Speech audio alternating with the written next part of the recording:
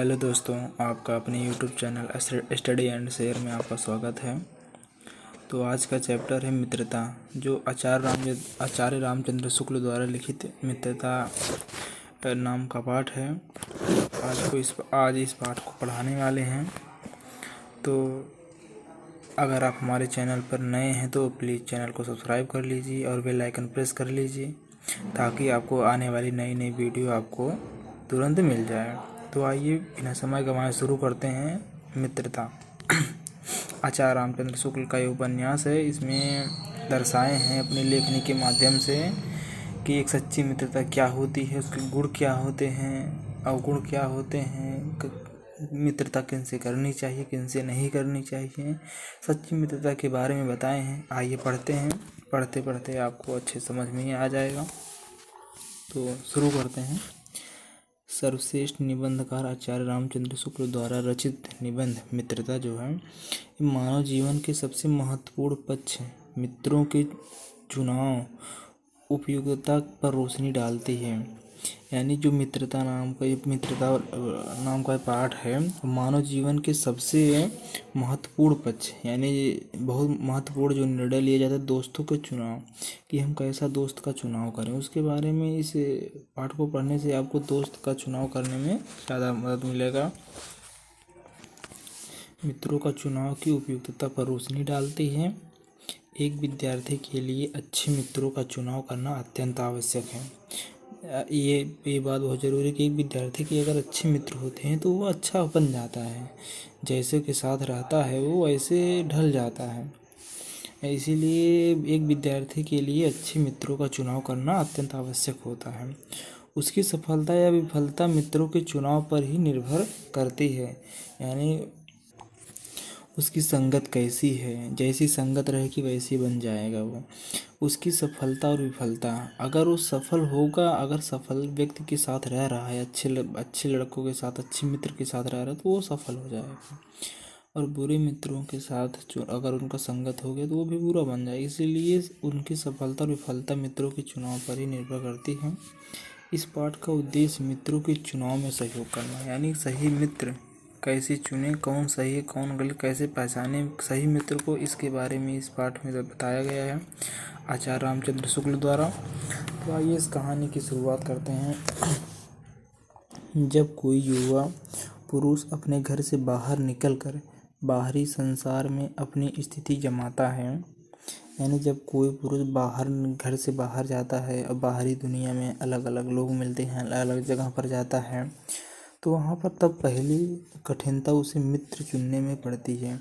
नई जगह जाओगे तो आपको मित्र चुनने में बड़ी कठिनता होती है। तो मित्रों के चुनाव को उपयुक्तता पर उसके जीवन की सफलता निर्भर हो। मित्रों का जब चुनाव होता है तो सही मित्रों के चुनाव से ही उसके जीवन की सफलता जो है उसी पर निर्भर हो जाती है। क्योंकि संगत का गुप्त प्रभाव हमारे आचरण पर बड़ा भारी पड़ता है। यानी जो संगत का गुप्त प्रभाव होता है वो हमारे आचरण पर बहुत भारी पड़ता है। हम लोग ऐसे समय में समाज में प्रवेश करके अपना कार्य आरंभ करते हैं जबकि हमारा चित्त मतलब मन, जो हमारा मन है, जबकि हमारा मन कोमल और हर तरह का संस्कार ग्रहण करने योग्य होता है। यानी ये वो समय है जिस समय हमारे चित्त यानी कोमल मन चित्त को हमारे मन को, कोमल मन को हर तरह के संस्करण, किसी भी तरह के संस्कार अगर मिल जाए तो ग्रहण कर लेता है, संस्कार ग्रहण करने योग्य रहता है। हमारे भाव अपरिमार्जित और हमारी प्रवृत्ति अपरिपक्व होती है। जो हमारे भाव हैं वो अपरिमार्जित और हमारी जो प्रवृत्ति है वो परिपक्व मतलब अपरिपक्व मतलब वो उतने समझदार नहीं हुए होते हैं कि अपरिपक्व मतलब कि अपना सही गलत का डिसीजन ले सकें। तो सही लोग हम लोग कच्ची मिट्टी की मूर्ति के समान रहते हैं, जिसे यानी जो हम छोटे उम्र के बच्चे होते हैं, जब घर से बाहर निकलते हैं, अक्सर लगभग लड़के 12th के बाद ही निकलते हैं बाहर, निकलने के बाद हम लोग एक कच्ची मिट्टी की मूर्ति के समान होते हैं, जिसे जो रूप में चाहे उसे उस रूप में ढाले, चाहे राक्षस बनाए चाहे देवता। यानी जो बच्चे छोटे होते हैं वो कच्ची मिट्टी के समान होते हैं। उन्हें जिस प्रकार से रखा जाएगा उसी वातावरण में ढल जाते हैं। जिस प्रकार कुम्हार गीली मिट्टी को किसी सुंदर घड़े में भरुके में निर्मित करता है, आकार देता है, वह कच्चे घड़े को जिस प्रकार ठोक पीट कर अच्छा गोल आकार देता है, उसी प्रकार जो हम लोग हैं वो कच्ची मिट्टी की मूर्ति के समान रहते हैं, जिसे जो चाहे रूप दे दें, उसको जो चाहे वो रूप दे सकते हैं। उस रूप में ढालें चाहे राक्षस बनाए चाहे देवता। यानी वो कच्चे घड़े के समान हैं, उन्हें चाहे राक्षस बनाया जाए चाहे देवता। ऐसे लोगों का साथ करना हमारे लिए बुरा है। ऐसे लोगों का साथ करना हमारे लिए बहुत बुरा होता है। जो हमसे अधिक दृढ़ संकल्प वाले होते हैं उनसे मित्रता करना बहुत बुरा होता है, क्योंकि हमें उनकी हर बात बिना विरोध कर मान लेनी पड़ती है। यानी जो हमसे अधिक दृढ़ संकल्प वाले होंगे उनका संगत जो है हमारे लिए बहुत बुरा होता है, क्योंकि उनकी बातों को बिना विरोध किए ही मानना पड़ता है। बिना विरोध के उनकी बातों चाहे वो गलत बताएं चाहे सही, उनकी बातों को मान लेना पड़ता है। पर ऐसे लोगों का साथ करना और भी बुरा होता है जो हमारी ही बात को ऊपर रखें। यानी ऐसे लोगों का साथ करना भी बहुत बुरा होता है जो हमारे ही बात को बढ़ावा दे, हमारे गलत को गलत ना बताएं, हर एक बात पर मुझे बढ़ावा दें, हम गलत करें फिर भी मुझे वो बढ़ावा दें। तो ऐसे मित्रों का होना भी हमारे लिए बहुत बुरी बात है, क्योंकि ऐसी दशा में ना तो हमारे ऊपर कोई नियंत्रण रहता है और ना हमारे लिए कोई सहारा होता है। यानी जब बाहर जाते हैं तो उनका कोई नियंत्रण थोड़ी होता, अकेले हैं, ना घर वाले, ना रोकने वाले, ना टोकने वाले, तो उनका कोई सहारा भी नहीं होता। इसलिए एक मित्र की ज़रूरत होती है जो एक अलग अकेले शहर में उनका साथ दे। तो दोनों अवस्थाओं में जिस बात का भय रहता है उसका पता युवकों को प्रायः बहुत कम रहता है। यदि विवेक बुद्धि से काम लिया जाए तो यह भय नहीं रहता, पर युवा पुरुष प्रायः विवेक से कम काम लेते हैं। जो युवा पुरुष हैं वो आवेश में काम करते हैं, विवेक कहाँ लगाते हैं, विवेक से थोड़ी ना काम करते हैं जो युवा पुरुष हैं। तो कैसे आश्चर्य की बात है कि एक लोग कैसे आश्चर्य की बात है कि लोग एक घोड़ा लेते हैं और उसके 100 गुण दोष को परख लेते हैं। यानी ये कितना आश्चर्य की बात है कि लोग एक घोड़ा लेते हैं तो उसके 100 गुण दोष परख लेते हैं, पर एक किसी मित्र को बनाने में उसके पूर्व आचरण, स्वभाव आदि की कुछ भी विचार नहीं करते और उनका अनुसंधान नहीं करते, उनकी तरफ उनके पास्ट, फ्यूचर, प्रेजेंट कुछ बारे में नहीं खोजते। यानी क्या करते हैं क्या नहीं, उनके पहले के आचरण कैसे हैं, स्वभाव कैसे हैं, कुछ भी विचार और अनुसंधान नहीं करते हैं। फिर आगे देखिए, वे उसमें सब बातें अच्छी मानकर, उनकी जो बातें सब वो अच्छी मानकर अपना पूरा विश्वास जमा देते हैं उसी पर। हंसमुख चेहरा, बातचीत का ढंग, थोड़ी चतुराई या साहस,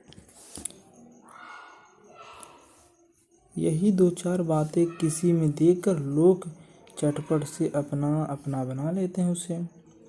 यानी यही 2-4 बातें देखकर लोग उसे झटपट से अपना दोस्त बना लेते हैं, अपना मान लेते हैं। हम लोग यह नहीं सोचते कि मैत्री का जो उद्देश्य है क्या जीवन के व्यवहार में उसका मूल्य भी है। यानी हम लोग इस मित्रता को ऐसा कभी नहीं सोचते कि जीवन में भी इसका कुछ मूल्य है। तो लोग यह नहीं सोचते कि मैत्री का जो उद्देश्य क्या है, मित्रता का उद्देश्य क्या है, क्या जीवन के व्यवहार में उसका कुछ मूल्य भी है दोस्त का, मित्र का। यह बात हमें नहीं सूझती कि यह ऐसा साधन है। यह बात हमें कभी नहीं सूझती कि यह ऐसा साधन है जिसमें आत्मशिक्षा का कार्य बहुत सुगम हो जाता है। आत्मशिक्षा का कार्य बहुत सुगम हो जाता है। एक प्राचीन विद्वान का वचन है विश्वास पात्र मित्र यानी एक प्राचीन जो विद्वान है वो उन्होंने अपने अपने उन्होंने बताया है कि जो विश्वास पात्र मित्र से बड़ी भारी रक्षा रहती है। जो विश्वास पात्र मित्र से बड़ी भारी रक्षा होती है। यानी जो मित्र विश्वास के पात्र होता है उस मित्र से बड़ी भारी रक्षा होती है। जिसे ऐसा मित्र मिल जाए उसे समझना चाहिए कि खजाना मिल गया। यानी विश्वास पात्र मित्र अगर किसी को मिल जा रहा है उसे जाने बड़ी भारी रक्षा हो रही है कि ऐसा मित्र मिलने से उसको ये समझना चाहिए कि मुझे बहुत बड़ा खजाना मिल गया। जो विश्वास पात्र अगर उसको मित्र मिल गया तो विश्वास पात्र मित्र जीवन की औषधि है। जो विश्वास पात्र मित्र होता है वो एक जीवन की औषधि होती है। हमें अपने मित्रों से यह आशा रखनी चाहिए कि वे उत्तम संकल्पों से हमें दृढ़ करेंगे। यानी जो उत्तम विचार के संकल्प हैं उनसे हमें दृढ़ मजबूत करेंगे, दोषों और त्रुटियों से हमें बचाएंगे। यानी गलती करने से पहले हमको बचाएंगे। हमारे सत्य, पवित्रता और मर्यादा के प्रेम को पुष्ट करेंगे। हमारे सत्य को, पवित्रता को, मर्यादा के प्रेम को पुष्ट करेंगे। जब हम कुमार्ग पर पैर रखेंगे यानी गलत मार्ग पर पैर रखेंगे, गलत काम करने वाले होंगे, तब वे हमें सचेत करेंगे, हमें सचेत करा देंगे। जब हम हतोत्साहित होंगे यानी निराश होंगे तब हमें उत्साहित करेंगे। जब हम निराश रहेंगे, हतोत्साहित होंगे, तब वो हमें उत्साहित करेंगे।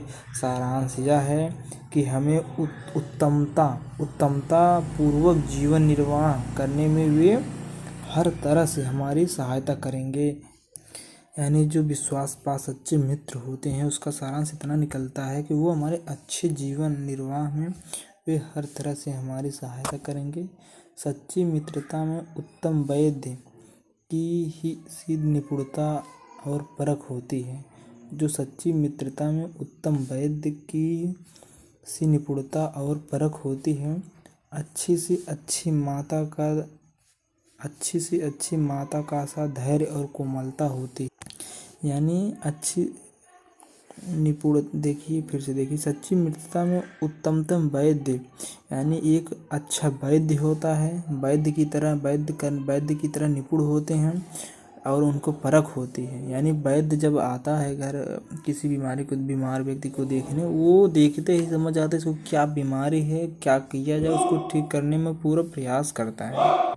जैसे वैद्य निपुण होता है और अच्छी से अच्छी माता जो अच्छी माँ है वो उनकी जैसा धैर्य और कोमल ऐसे मित्र होते हैं जो वैद्य की तरह सब कुछ जानने में निपुण होते हैं, परख लेते हैं। माता की तरह उनके अंदर धैर्य और कोमल होता है। ऐसी ही मित्रता करने का प्रयत्न प्रत्येक व्यक्ति को करना है। ऐसे ही मित्र से मित्रता करनी चाहिए प्रत्येक व्यक्ति को।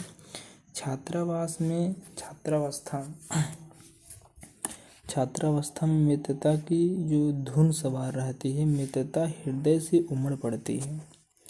सहपाठी की मित्रता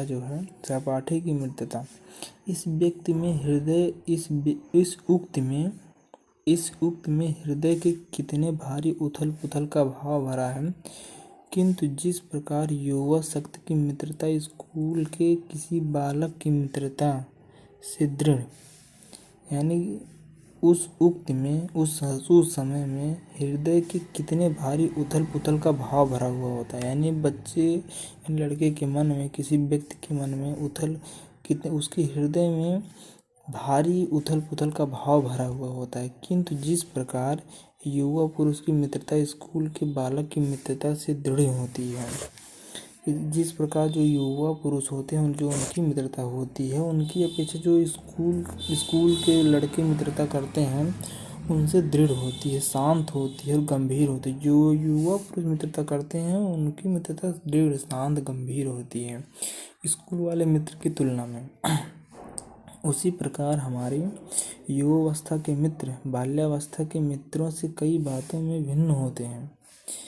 मित्र केवल उसे ही नहीं कहते जिसके गुणों की ही हम प्रशंसा करें, पर जिसे हम स्नेह कर सकें, जिससे अपने छोटे छोटे काम ही हम निकालते जाएं, पर भीतर ही भीतर घृणा करते रहें। सच्चे मित्र यानी देखिए, जो जिसके गुणों का हम प्रशंसा करें, उनके गुणों की प्रशंसा करें, उनके दोषों को भी उन्हीं सामने बताएं ताकि वो सुधर जाएं। उनके गुणों की तो प्रशंसा करें, पर जिसे हम स्नेह कर सकें, प्रेम कर सकें, जिससे अपने छोटे छोटे काम ही हम निकालते जाएं, पर भीतर ही भीतर घृणा करते रहें। ऐसे मित्र नहीं बनना चाहिए कि हम उनसे अपना काम ही निकलवाते रहें और अंदर ही अंदर उनके दुश्मन बने रहें। मित्र सच्चे पथ प्रदर्शक के समान होना चाहिए। यानी जो सच्चा मित्र होता है वो अच्छे राह पर ले जाना सिखाता है, अच्छा पथ प्रदर्शक, अच्छा मार्गदर्शक होता है, जिस पर हम पूरा विश्वास कर सकें। मित्र भाई के समान होना चाहिए। यानी जो मित्र है वो आपका भाई के समान होना चाहिए, जिसे हम अपना प्रेम पात्र बना सकें। ऐसा मतलब जो मित्र हो आपका भाई के समान हो, उसे हम अपने प्रेम के पात्र बना सकें। हमारे और हमारे मित्र के बीच सच्ची सहानुभूति होनी चाहिए। ऐसी सहानुभूति जिससे एक के हानि लाभ का दूसरा अपना हानि लाभ समझे। यानी ऐसे मित्रों के बीच ऐसी सहानुभूति होनी चाहिए, दो मित्रों के बीच ऐसी सहानुभूति होनी चाहिए कि एक दूसरे को लाभ हानि को वो अपना लाभ हानि समझें, एक दूसरे के लाभ हानि को अपना लाभ हानि समझें। मित्रता के लिए यह आवश्यक नहीं है कि दो मित्र एक ही प्रकार का कार्य करते हों या एक ही रुचि के हों। यानी दो मित्र एक ही प्रकार के एक ही कार्य करने वाले नहीं होने चाहिए। प्रकृति और आचरण की समानता भी आवश्यक या वांछनीय नहीं है। यानी किन्हीं दो व्यक्तियों के बीच मित्रता हुई, जरूरी नहीं है कि वो एक ही कार्य करते हों, एक ही विचार वाले हों, एक ही आचरण की समानता की आवश्यक वांछनीय हो। तो दो भिन्न प्रकृति के मनुष्यों में बराबर प्रीति और मित्रता रही है। राम धीर और शांत प्रकृति के व्यक्ति, लक्ष्मण उग्र और उद्धत स्वभाव के थे।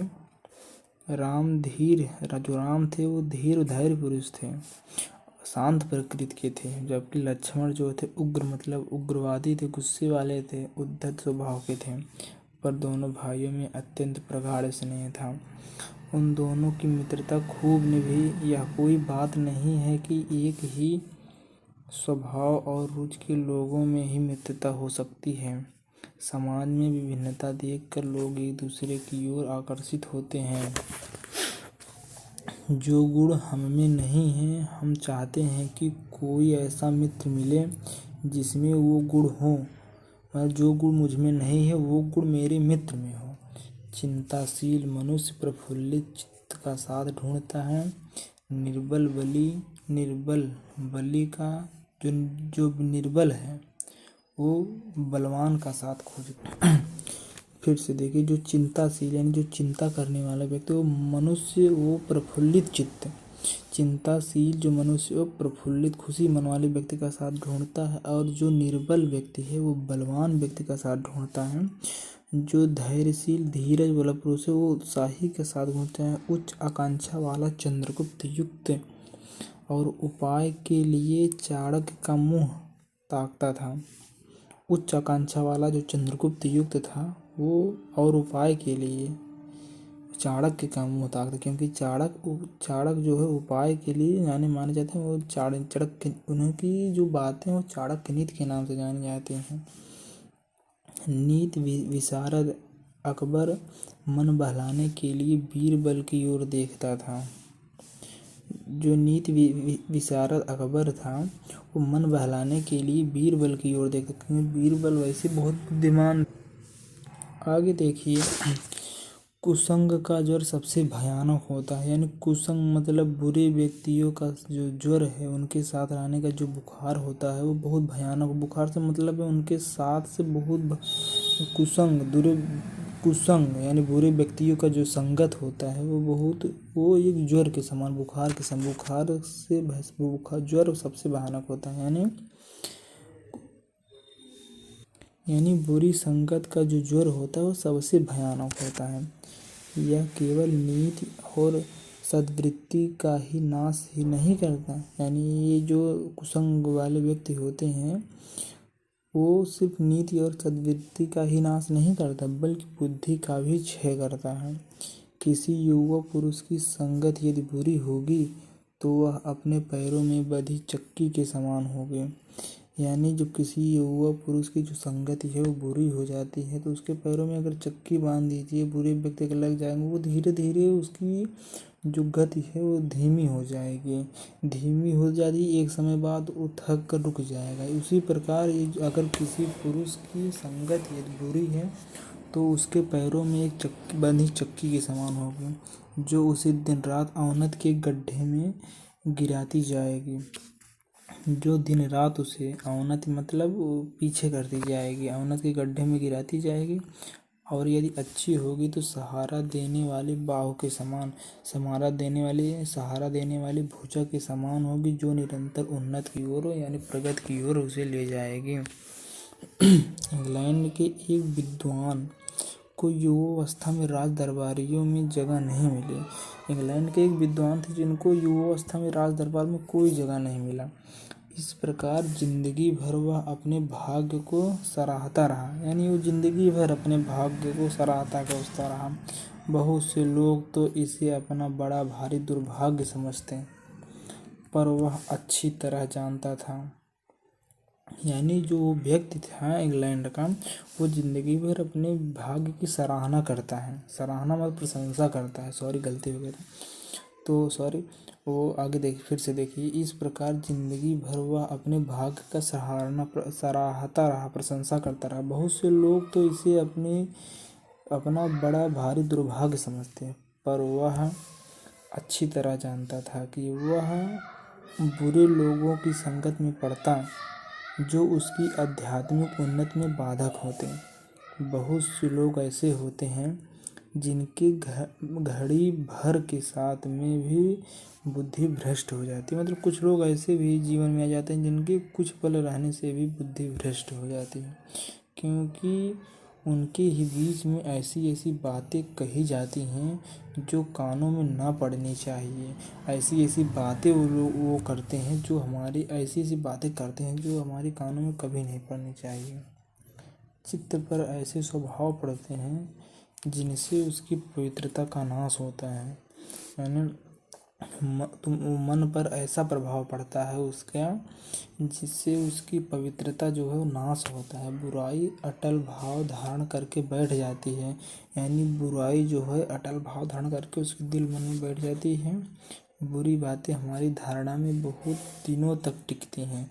मनुष्य का स्वभाव ही ऐसा है कि बुरी बातें जो है वो बहुत जल्दी धारण कर लेता है और बहुत दिनों तक याद रहती हैं, टिकती हैं। अच्छी बातें बहुत जल्दी ही भूल जाते हैं। ये एक मनुष्य का नेचर होता है। इस बात को प्रायः सभी लोग जानते हैं कि भद्दे व फूहड़ गीत जितनी जल्दी ध्यान पर चढ़ते हैं, यानी इसका एक उदाहरण दिया गया है कि भद्दे व फूहड़ गीत जितनी जल्दी ध्यान पर चढ़ते हैं उतनी जल्दी कोई गंभीर या अच्छी बात नहीं। जिन भावनाओं को हम दूर रखना चाहते हैं उन बातों को हम याद करना नहीं चाहते, यानी जिन बातों को हम याद करना नहीं चाहते वे बार बार हृदय में उठती और हृदय को बेधती हैं। जिन्हें हम नहीं याद करना चाहते बार बार हृदय में उठती रहती हैं, उसको बेधती रहती हैं, बार बार याद आती हैं। अतः तुम पूरी चौकसी रखो, एकदम चौकन्ने रहो। पूरी चौकसी ऐसे लोगों को साथी ना बनाओ जो अश्लील हो, अपवित्र हो और फूहड़ बातों से तुम्हें हंसाना चाहें, तुम्हें गलत बात बोलकर हंसाना चाहें। ऐसे अश्लील मित्रों से बहुत दूर, इनसे मित्रता ही नहीं करना चाहिए, इनसे सावधान रहो हमेशा।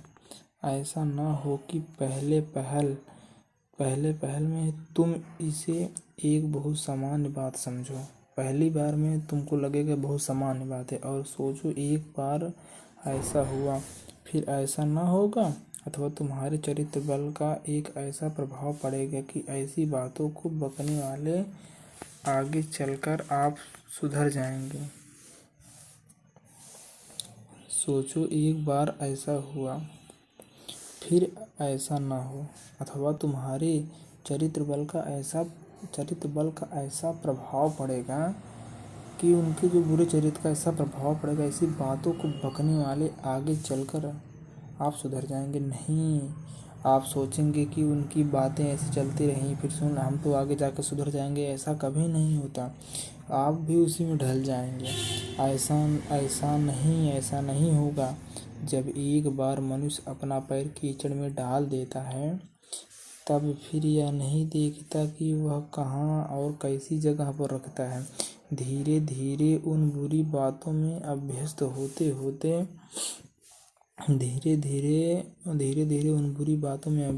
होते तुम्हारी घृणा कम हो जाएगी। पीछे तुम्हें इनसे चिढ़ न मालूम होगी, यानी धीरे धीरे उन बातों से तुम्हें जो नफरत हुआ करती थी वो कम हो जाएगी। पीछे तुम उनकी बातों पर पीछे इतना चिढ़ते थे, अब इतना नहीं चिढ़ोगे, क्योंकि तुम यह सोचने लगोगे चिढ़ने की बात ही क्या है।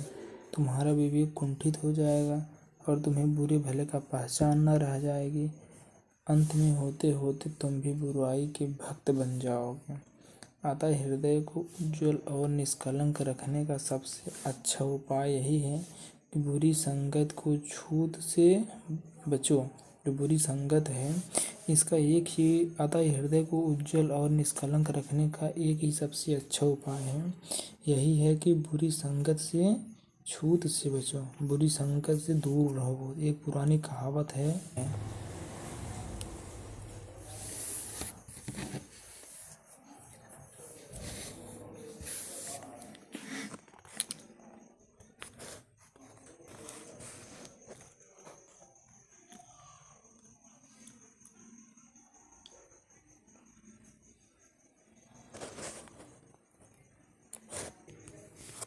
काजल की एक कोठरी में कैसो ही सयानो जाए, यानी जो एक सयान या सज्जन व्यक्ति है वो काजल से भरी कोठरी में कैसे जाए। एक लीक काजल की लागी है, एक लीक जो काजल की लगी है या फिर लग जाएगी। बुरे लोगों की संगत में जाओगे, अपने आप को कितना भी बचाए, बट बुरा प्रभाव पड़ ही जाता है। कि आप बुरे लोगों की संगत में अगर गए तो आप अपने आप को चाहे कितना भी बचा लें, बट बुरा प्रभाव आप पर पड़ ही जाएगा। आप खुद को बचा नहीं।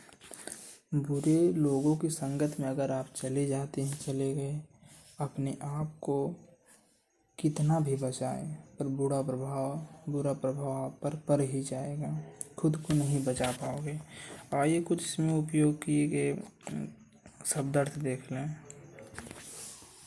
गुप्त का अर्थ है छिपाया हुआ या अदृश्य।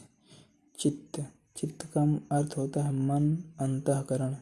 प्रवृत्ति का अर्थ होता है मन का किसी विषय की ओर झुकाव या बहाव। कुमार्ग मतलब होता है कुपथ, कुमार्ग गलत रास्ता। निपुणता मतलब होता है निपुण होने का भाव या क्रिया। धीर मतलब जो गंभीर है, जो जल्दी विचलित ना हो। उद्धत मतलब उग्र मतलब प्रचंड। प्रफुल्लित मतलब अति प्रसन्न। कुसंग मतलब बुरे का संग, बुरे लोगों के साथ उठना बैठना। आचरण मतलब चाल चलन। अपमार्जन मतलब बिना साफ किया हुआ या बिना धोया हुआ। अपरिपक्व मतलब कच्चा। मर्यादा मतलब प्रतिष्ठा, परंपरा आदि द्वारा निर्धारित सीमा। पथ प्रदर्शक मतलब रास्ता दिखाने वाला। उग्र मतलब क्रुद्ध, भयानक। प्रगाढ़ में बहुत गाढ़ा, घना या अत्यधिक। नीति मतलब विशारद, नीति जानने वाला या विद्वान। सद्वृत्ति मतलब सदाचार, सद्व्यवहार। तो उम्मीद करता हूँ साथियों आपको समझ में आया होगा। तो इसी बात के साथ, इसी शब्दार्थ के साथ आज की इस क्लास को आज यहीं पर रोकते हैं। मिलते हैं आपसे अगले वीडियो में, तब तक के लिए धन्यवाद।